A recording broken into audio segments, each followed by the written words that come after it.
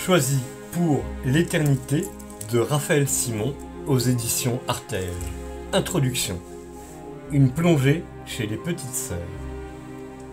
À proximité des étangs de la Brenne, dans la ville haute du Blanc, une commune du Berry de 6500 habitants, il faut laisser derrière soi la Creuse endormie et monter Dru, la côte qui serpente jusqu'à un portail.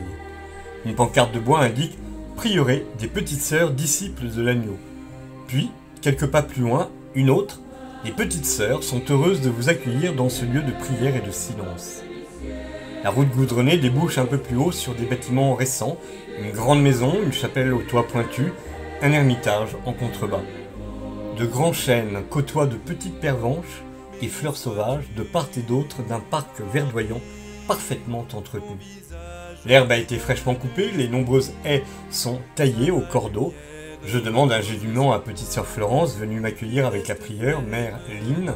« C'est votre jardinier qui coupe vos haies ?» Elle répond en riant « C'est nous !» Le visiteur ne peut imaginer qu'il y a 2 décennies, une partie du vallon n'était que champs et bois, jonchés de ronces et d'épines.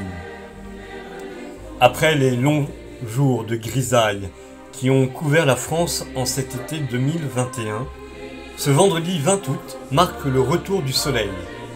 Il y a juste un an, à une semaine près, que petite sœur Marie-Ange a retrouvé son Seigneur après avoir passé 33 ans chez les petites sœurs disciples de l'agneau.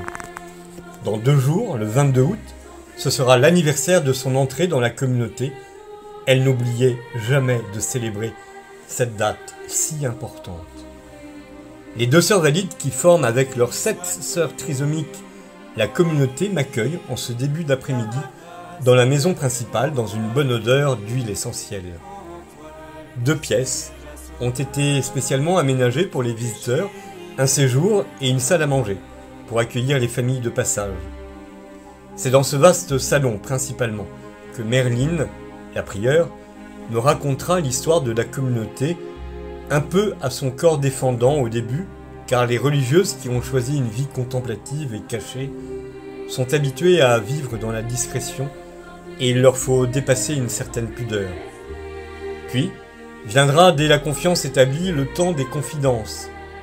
Un cadre accroché au mur de ce salon dévoile une lettre du pape Jean-Paul II adressée à la communauté en 1998 pour assurer ses membres de son affectueuse bénédiction peu de temps après sa venue en France où il avait eu l'occasion de voir sœur Marie-Ange. Les souvenirs affluent lorsqu'il s'agit de parler de cette petite sœur trisomique et Mère Lynn, liée par tant de souvenirs gardés au fond de son cœur, ne cache pas son émotion.